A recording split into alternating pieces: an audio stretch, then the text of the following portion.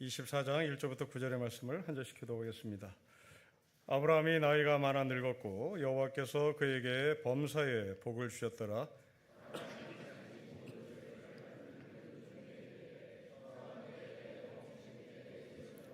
내가 너에게 하늘의 하나님 땅의 하나님이신 여호와를 가리켜 맹세하게 하노니 너는 내가 거주하는 이 지방 가나안 족속의 딸 중에서 내 아들을 위하여 아내를 택하지 말고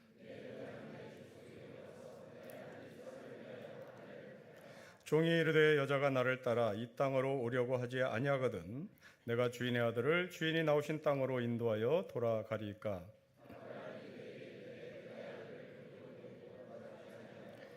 하늘의 하나님 여호와께서 나를 내 아버지의 집과 내 고향 땅에서 떠나게 하시고 내게 말씀하시며 내게 맹세하여 이르시기를 이 땅을 너의 씨에게 주리라 하셨으니 그가 그 사자를 너보다 앞서 보내실지라. 너가 거기서 내 아들을 위하여 아내를 택할지니라.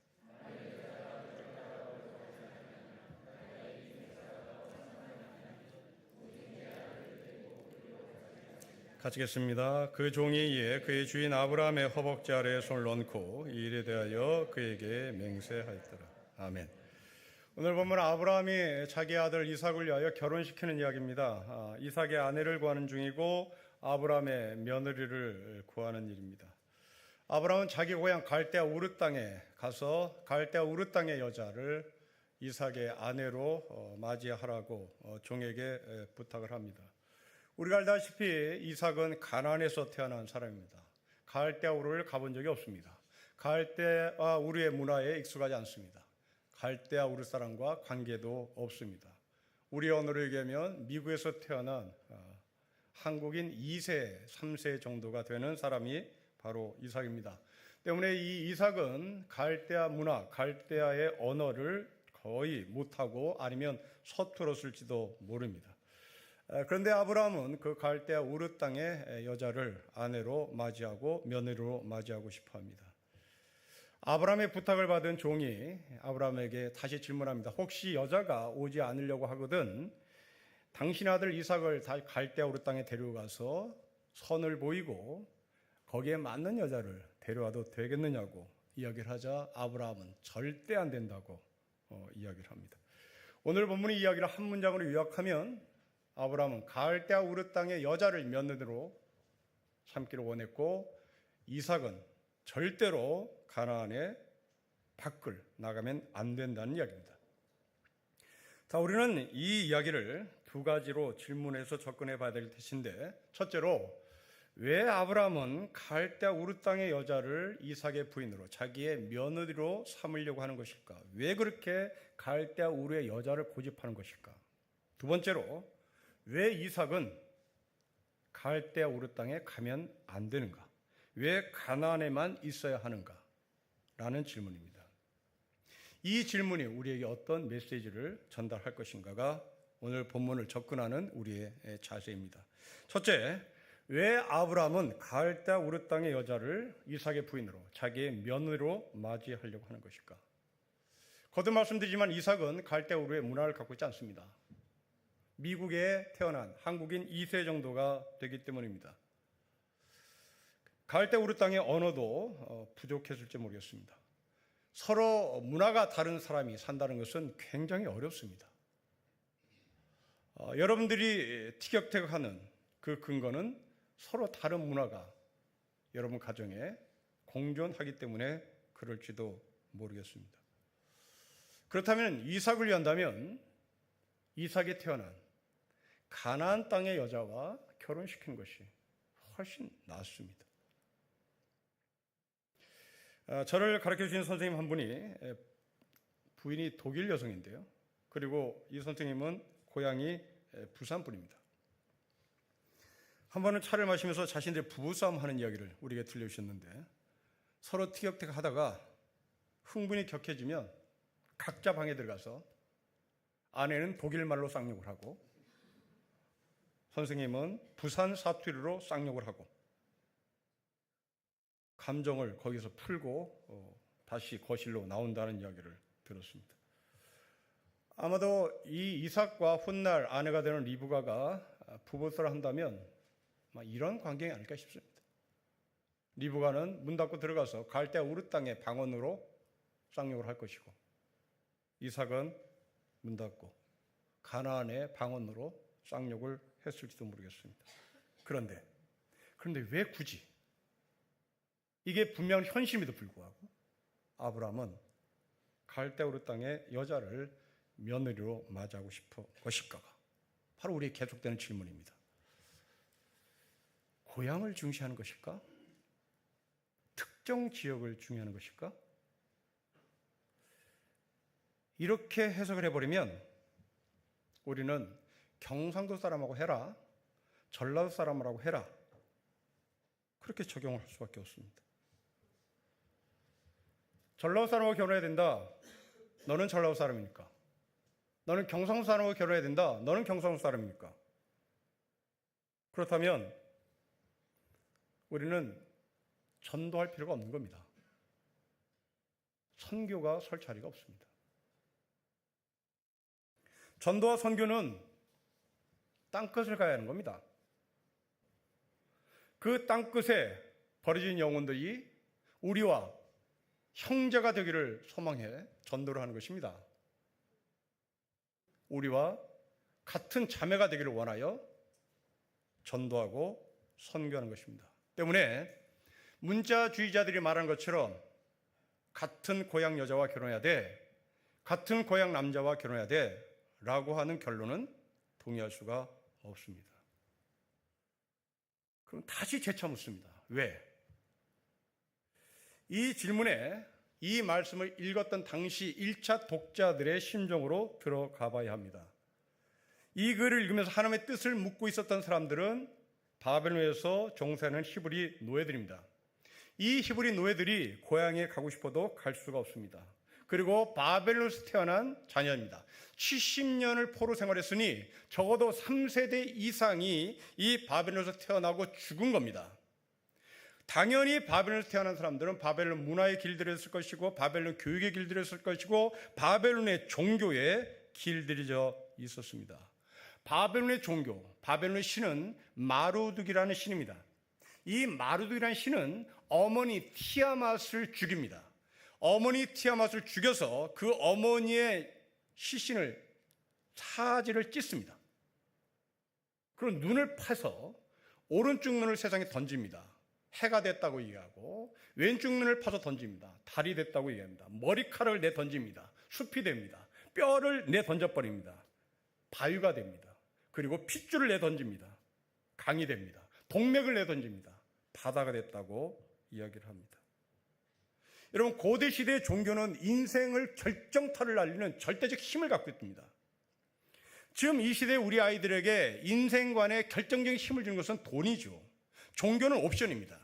그런데 고대 시대의 종교는 옵션이 아닙니다. 이건 절대인 겁니다. 마치 우리가 국민학교를 반드시 나와야 되는 것처럼, 의무교육을 받아야 되는 것처럼 고대 시대의 종교라는 것은 절대였습니다. 때문에 이 절대라고 하는 힘을 갖고 있는 종교는 당시 그 사회에서 살던 사람에게 인생관을, 결정타를 날리는 겁니다. 그렇다면 이 바벨론에서 태어나고 바벨론에서 죽으며 또 제2세, 3세를 낳아야 했던 이 히브리 노예들은 바벨론에서 증오의 신을, 투쟁의 신을 자기의 인생관으로 삼은 겁니다. 이런 상황 속에서 오늘 본문의 말씀을 읽었던 당시의 독자들은 하나님의 뜻을 물었던 겁니다. 그 하나님의 뜻이 무엇이었을까요? 여러분 7절 보십시다. 우리 7절을 같이 읽겠습니다. 시작. 하늘의 하나님 여호와께서 나를 내 아버지의 집과 내 고향 땅에서 떠나게 하시고 내게 말씀하시며 내게 맹세하여 이르시기를 이 땅을 너희 씨에게 주리라 하셨으니 그가 그 사자를 너보다 앞서 보내실지라 너가 거기서 내 아들을 위하여 아내를 택할지니라. 여러분 7절 두 번째 줄을 보십시오. 내게 말씀하신 하나님, 이것을 발견한 겁니다. 투쟁의 신, 증오의 신, 정복의 신, 그 인생관을 통하여 바벨론이 제국을 세웠습니다.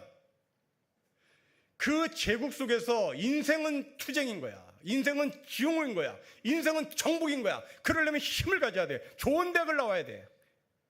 돈이 많아야 돼. 권력을 가져야 돼. 그래서 세상을 짓밟아야 돼. 라고 하는 교육을 바벨론에서 받았음에도 불구하고 이들은 이 7절을 통해 아니야, 우리의 하나님은 증오의 하나님이 아니야, 우리 하나님은 정복의 하나님이 아니야, 우리 하나님은 말씀하시는 하나님이야. 이거 하나를 붙잡고 히브리 노예들에게, 자기의 자녀들에게 교육의 방향을 정했던 것입니다. 여러분, 아브라함은 하나님의 말씀을 듣고 갈대우르 땅을 떠납니다. 만일 종이, 그 갈대우르 땅의 여자가 안 오겠다고 하면 어떻게 합니까? 그러자 아브라함이 말합니다. 말을 듣지 않으면 그 여자는 하나님의 뜻이 아니라는 걸 인정해라. 말씀하시는 하나님과 말씀하시는 하나님의 뜻을 아브라함의 종이 가서 전달했을 때 듣지 않으면 이것은 하나님의 뜻이 아니라고 결정해라. 말씀하신 하나님과 여자에게 말하는 종의 평행 라인을 긋고 있습니다. 여러분, 창세기 1장 1절을 기억해 보십시오. 태초에 하나님이 천지를 말씀으로 창조합니다. 요한복음은 이것을 태초에 말씀이 존재했다고 기록을 하죠. 마르두개 신, 자기 어머니를 죽인 신, 그 어머니의 사지를 찢은 신, 권력 앞에 어머니도 없다, 권력 앞에 아들도 없다, 권력 앞에 핏줄도 없다. 권력은 그 핏줄을 찢어 사방 산지에 내던진다. 이런 교육 속에서 말씀하시는 하나님을 히브리 노예들은 가르쳤고 그것을 배웠던 것입니다. 저는 이 예배를 통하여 여러분에게 묻습니다. 여러분들의 신은 정복의 신인지요? 여러분들의 신은 증오의 신인지요? 여러분들의 신은 투쟁의 신인지요? 성폭행을 하는 사람들, 바벨론 신을 믿는 사람들입니다. 바벨론 사람들입니다. 지난 여성에게, 매금녀 여성에게 왜 성폭행을 가하고 당합니까? 뭔가의 증오심이, 그 증오심이 힘 있는 남자를 못 해보고 힘없는 여자를 밟아버리는 것이 바로 증오에 가득 찬 바벨론 사람이었던 것이죠. 알량한 그 남자의 힘으로 여자를 밟습니다. 하나님이 주신 권력을 들고 바벨론은 자신의 권력인 양 착각해 세상을 짓밟아봤습니다. 성도 여러분, 우리 각자에게 묻습니다. 우리는 바벨론 사람인가? 아니면 바벨론 안에 살고 있는 하나님의 사람들인가? 우리는 교회의 소금이 아닙니다. 우리는 세상의 소금입니다. 증오가 넘치는 이 세상을 복음으로 변화시키라고 하나님께서 부르신 세상의 소금입니다. 여러분, 사진을 보십시오. 1936년에 영국 브리스톨 역입니다. 꼬마가 영문에게 묻습니다. 아저씨, 더 좋은 세상으로 가는 기차표는 없을까요? 이것이 이 사진의 제목입니다. 여기서 이 어린아이는 바로 증오에 가득 찬 교육을 받고 있는 우리의 아이들입니다. 그 아이들이 우리에게 묻습니다. 목사님, 좀 더 나은 세상으로 가는 표는 없을까요? 아빠, 좀 더 나은 세상으로 가는 표는 없을까요? 여러분, 브리스톨 산업지대입니다. 여기서 런던으로 가야 되는 겁니다. 근데 이 꼬마가 묻습니다. 런던으로 가지 말고 좀 더 나은 세상으로 가는 길은 없을까요? 우리에게 묻습니다. 여러분 자녀들이 여러분에게 묻습니다. 우리로 인하여 세상이 좀 더 나아지는 세상이 되었으면 좋겠습니다. 이것이 하나님께서 우리를 부르신 하나님의 뜻입니다. 저는 믿습니다. 역사를 믿지 않습니다. 저는 역사를 움직이시는 하나님을 믿습니다. 그래서 저는 히스토리라고 하는 영어 단어를 소문자로 쓰는 것을 싫어합니다. 대문자를 쓰고 싶습니다. 그분의 이야기입니다. 그의 얘기가 아닙니다. 제 관점에서 히스토리는, 대문자로 H를 쓰는 히스토리는 하나님의 역사라고 해석하고 싶습니다. 하나님의 역사는 반드시 발전합니다. 하나님께서는 반드시 선의 열매를 우리에게 가져다 줍니다. 성경은 그렇게 우리에게 늘 약속하셨고 그 약속한 하나님의 약속을 사건으로 보여주셨기 때문입니다. 그 사건의 상징적인 사건, 그 사건이 잊지 못할 사건, 바로 그것은 출애굽 사건입니다. 400년 포기입니다. 400년 절대 해방할 수 없습니다. 그런데 해방시켰습니다. 바로의 역사가 아니라 그분의 역사였기 때문입니다. 투쟁의 역사, 증오의 역사, 정복의 역사가 아니라 말씀하시는 하나님의 역사. 그분은 우리를 밝음으로, 빛으로 인도하십니다. 그래서 이 말씀하시는 하나님을 가서 전달해라. 그 말씀하시는 하나님의 말씀을 인정하지 않으면 하나님의 뜻이 아니라고 정리하라고 아브라함은 종에게 말하죠. 자, 두 번째, 그럼 왜 이삭은 갈대아 우르 땅에 가면 안 되나? 여러분, 지금 종이 결혼하는 게 아닙니다. 이삭이 결혼하는 겁니다. 당사자가 가야 되는 겁니다. 그런데 아브라함은 당사자를 보내지 않아요. 분명히 이유가 있겠죠. 혹시 이삭에게 신체적인 어떤 문제가 있는 거 아닌가? 보여서는 안 되는 무슨 문제가 있는 거 아닌가? 그렇죠. 무슨 문제가 있을 겁니다. 그런데 성경은 이삭이 신체적인 문제가 있다는 것을 말하지 않아요. 그럼 왜 가나안에 묶여 있어야 되나? 왜 갈대아 우르 땅에 자기 아내를 택하러 가지 못하나? 도대체 무슨 문제가 있나? 7절에 그 답이 있습니다. 제가 7절 읽을 때 여러분들이 왜 이삭이 가나안을 떠나지 말아야 되는, 가나안에 꼭 있어야 되는 이유가 어디 있는지를 찾아보십시오. 하늘의 하나님 여호와께서 나를 내 아버지의 집과 내 고향 땅에서 떠나게 하시고 내게 말씀하시며 내게 맹세하여 이르시기를 이 땅을 너의 씨에게 주려 하셨으니 그가 그 사자를 너보다 앞서 보내실지라 너가 거기서 내 아들을 위하여 아내를 택할지니라. 이유 찾았습니까? 네, 찾았습니다.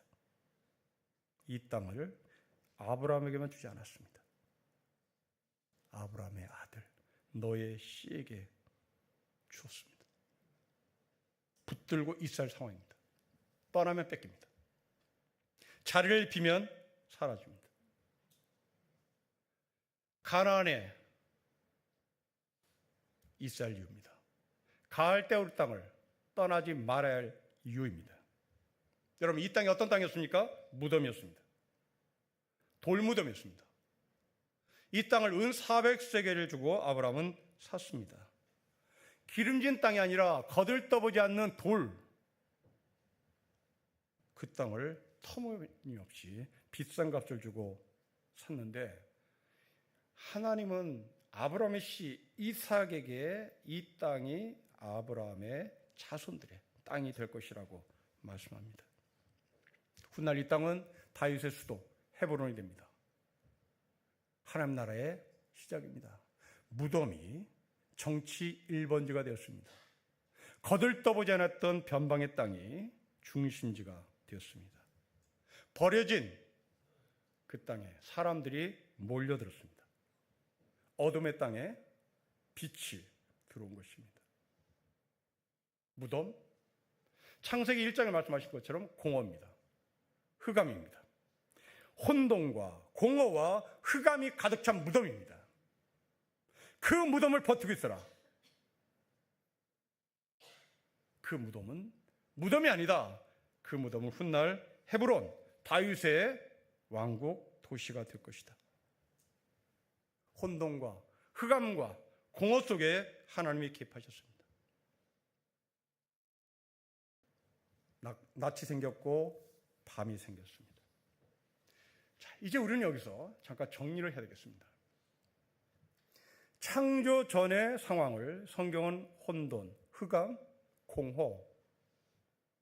이 세 개의 표현을 색깔로 표현하면 어둠입니다. 창조 후에 하나님은 낮과 밤을 만드셨습니다. 이것도 밤은 흑색입니다. 창조 전에도 흑색이고 창조 후에도 흑색이 있습니다.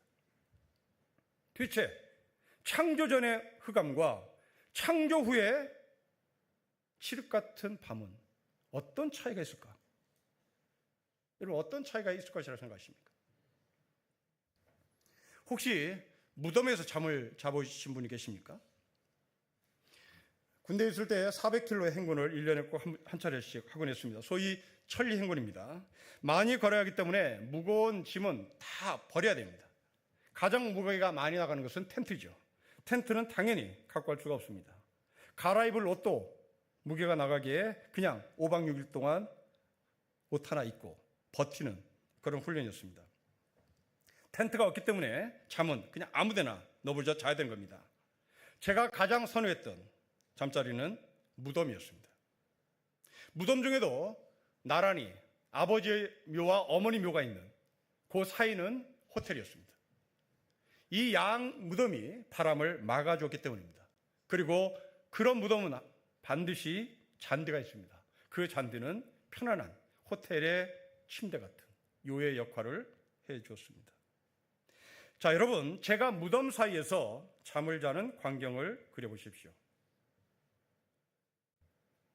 무덤 안에 누워있는 시신이나 무덤에서 잠을 자는 나나 똑같이 밤을 보내고 있습니다.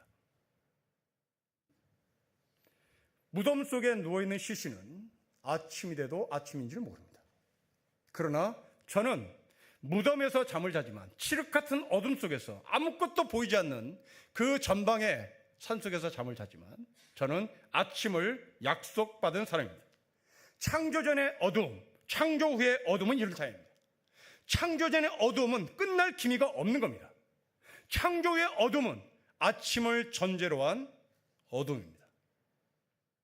여러분, 왜 이스라엘이 망했습니까? 지금 이스라엘이 바벨론 포로로 잡혀와 있는 이유가 무엇입니까? 지금 이 말씀을 읽었던 1차 독자들은 자신의 자리가 무덤인 것을 알고 있어요. 여기서 막 죽어나가는 겁니다. 70년의 삶 속에 노예 삶을 살았던 이 히브리 노예들이 얼마나 많이 죽어나갔을까요? 때문에 두렵습니다. 냄새가 납니다. 도망가고 싶습니다. 그런데 하나님은 이 히브리 노예에게 말합니다. 도망가지 말아라. 떠나지 말아라. 여기가 흑암이 아니다. 여기가 아침을 기다리는 무덤이다. 아침을 기다리는 밤이다. 아침을 기다리는 혼돈이다. 앞으로 어떻게 살아야 될지 걱정하지 말아라. 나는 너에게 아침을 약속한다. 여러분께 이 혼돈 속에서 아침을 맞이했던 사람이 있습니다. 베드로입니다. 베드로가 주님을 배반합니다. 그 이후로부터 베드로는 흑암과 공허와 공포 속에 전전긍긍합니다. 이때 닭우는 소리가 들립니다. 이 닭우는 소리는 아침을 약속하는 소리입니다. 그 흑암 속에 하나님이 개입하십니다. 하나님이 닭소리로 개입합니다. 새벽이 온다. 아침이 온다. 그 아브라함에게 예수님이 찾아오십니다.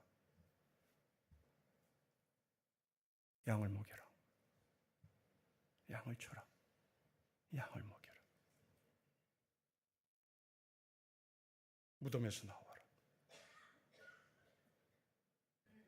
그 무덤은 창조전의 무덤이 아니다. 창조전의 흑암이 아니다. 창조전의 공허가 아니다. 여러분의 밤은 어떻습니까? 여러분의 무덤은 어떤 무덤입니까? 우리가 태초 이전부터 혼돈하고 공허하고 절망스러운 삶이라 할지라도 하나님이 이 흑암 속에 들어오시면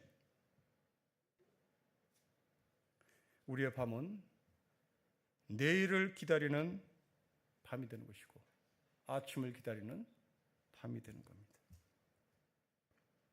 공동묘지의 밤이 아니라 공동묘지에서 내일을 기다리며 잠을 자는 젊은이의 무덤이라는 얘기입니다. 영국 여성 중에 한국을 방문하고 나서 한국에 대해서 글을 쓴 영국의 지리학자 한 사람이 있습니다. 이름이 이사벨라 비숍이라는 여성인데요. 이 사람이 우리나라에 단순히 여행을 온 것이 아니라 지리학자의 관점에서 4차례나 방문합니다. 1894년에서 1897년 동안 4차례나 이 나라 전체를 있는 힘을 다해 돌아봅니다. 그리고 돌아가서 한국과 그 이웃 나라들이라는 책을 발간합니다. 이 비숍은 이 책에서 이런 말을 남겨요. 한국은 특권 계급의 착취, 관공서의 가혹한 세금, 총체적인 정의의 부재, 돈벌이의 불안정, 비개혁적인 정책 수행, 음모로 물든 고위 공직자의 약탈 행위, 하찮은 후궁들과 궁전에서 한가하게 시간을 보내는 힘없는 왕, 널리 퍼져 있는 미신, 그리고 자원 없고 음울하고 더러움의 사회라고 말합니다. 그리고 이 책의 마지막 결론은 조선 왕국은 총체적 사망이라고 정리를 해요. 근데 이런 주장은 영국의 지리학자의 관점으로 끝나는 것이 아니라 당시 우리나라에 들어왔던 서구인들의 목소리에 일치합니다. 공적 영역이 총체적으로 썩어 문드러졌다. 이런 표현을 해요. 그런데 이 비숍이 소망 하나를 남깁니다. 그걸 그대로 읽어보면 한국인들은 대단히 명민하고 똑똑한 민족이므로 정직한 정부의 보호를 받을 수 있다면 천천히 진정한 의미의 시민으로 거듭날 수 있을 것이다.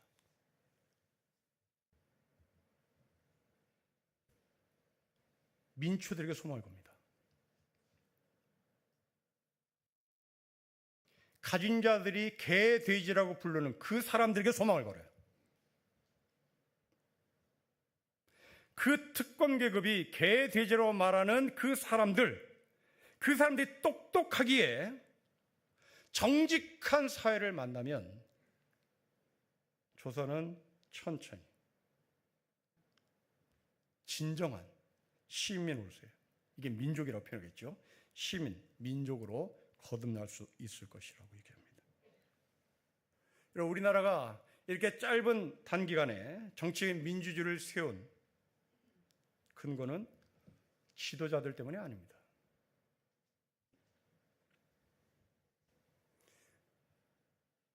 그 당시 지도자들은 우리를 정복하는 사람들이었고 그들은 바벨론 사람들이었습니다. 창조전의 흑암의 사람들이었고 창조전의 혼돈의 사람들이었고 창조전에 없었던 아침 없는 사람들이었습니다. 그런데 이 나라에 소망이 있는 것은 아침을 기다리는 갈릴리 사람들이 있었기 때문입니다. 예루살렘의 종교 지도자들은 창조전의 흑암 속에 갇혀 있었던 사람입니다. 예루살렘의 대제사장은 그 땅에 갈릴리 사람들을 쳐다보지도 않았습니다. 예수님은 갈릴리 사람들과 함께 하나님 나라를 시작합니다. 그리고 썩어 문드러진 예루살렘에서 진격합니다. 그 예루살렘에서 예수님은 십자가에 죽습니다. 그 갈보리 언덕에 그 무덤을 어떤 누구도 쳐다보지 않았습니다. 하지만 끝까지 그 무덤을 쳐다보고 그 무덤 옆에 있었던 사람이 있습니다. 막달라 마리아입니다. 여자입니다. 사람이 아니었습니다. 남성 중심 사회에서 여자는 개와 돼지 같은 존재였습니다. 무덤을 끝까지 쳐다봤던 막달라 마리아. 거기에 아침이 왔습니다. 거기에 예수님이 나타나셨습니다. 그리고 예수님은 다시 막달라에게 말합니다. 무덤으로 가라. 개돼지가 있는 곳으로 가라. 갈릴리로 가라. 첫사랑을 다시 회복하고 첫사랑을 구축하자고 얘기합니다. 성경에는 이런 땅을 피로 값주고 사신 교회라고 표현합니다.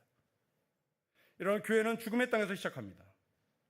교회는 갈보리 언덕에서 시작합니다. 그 땅에서 예수님은 십자가에 죽으셨습니다. 그 십자가 위에 교회가 세워졌습니다. 그렇다면 교회가 뭘까라는 질문에 교회는 나의 노력으로 세워진 것이 아니라 나의 유익을 위하여 만든 조직이 아니라 하나님께서 피로 값주고 사신 교회라는 이 근거에 의해서 교회를 봐야 하는 겁니다. 우리는 교회에 도움을 준 적이 한 번도 없습니다. 만약 여러분들이 교회에 도움을 줬다고 생각한다면 여러분들은 교회를 조직으로 보는 겁니다. 교회를 살림으로 보는 겁니다. 그건 교회 아닙니다. 저는 가끔 목사의 정체성이 흔들릴 때가 있습니다. 교회 행정을 할 때입니다. 내가 도장을 찍을 때, 내가 사인을 할 때 내가 뭔가 된 듯한 착각을 합니다. 그럴 때마다 저는 머리를 쥐어 박습니다. 이 미친놈. 네가 도장을 찍고 네가 사인하는 즐거움에 목사가 됐다면 너는 목사 그만두고 삼성 회장을 해야지 마.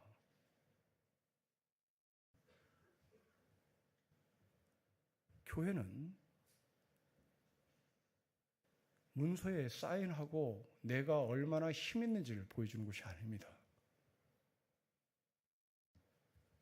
하나님의 교회에게 요구하시는 것은 효율적인 조직이 아니라 우리가 어디 터 위에 서 있느냐고 질문하는 이 질문에 답을 해야 되는 겁니다.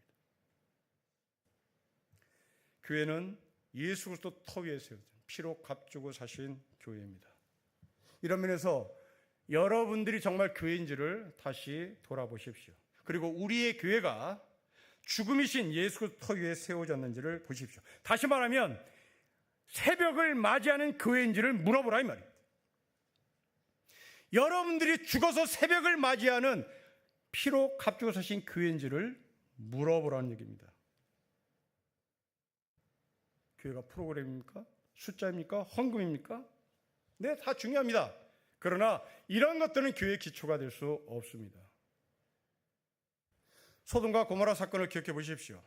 의인 10명만 있으면 하나님께서 이 소돔과 고모라를 망하지 않겠다고 말씀하십니다. 여기서 이 10명이 뭡니까? 10명이란 말은 자신의 몫을 감당할 수 있느냐 없느냐를 묻고 있는 겁니다.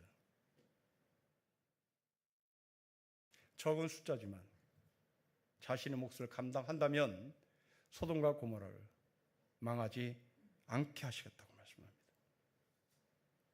여러분 가정이 무너지지 않는 근거는 어디 있습니까?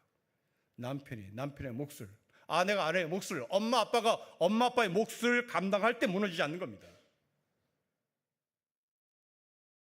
교회는 예수 터 위에 나에게 주어진 일들을 감당하는 겁니다. 하나님이 이 말씀을 읽었던 1차 독자들 그들에게 말합니다. 그 히브리 노예들에게 말합니다. 히브리 노예들아 바벨론을 떠나지 말아라. 바벨론이 지금 죽음이다. 바벨론이 지금 무덤이다. 그러나 너희는 이 땅에서 아침을 볼 것이다. 포기하지 말아라. 거기서 거룩한 삶을 살라고 얘기합니다.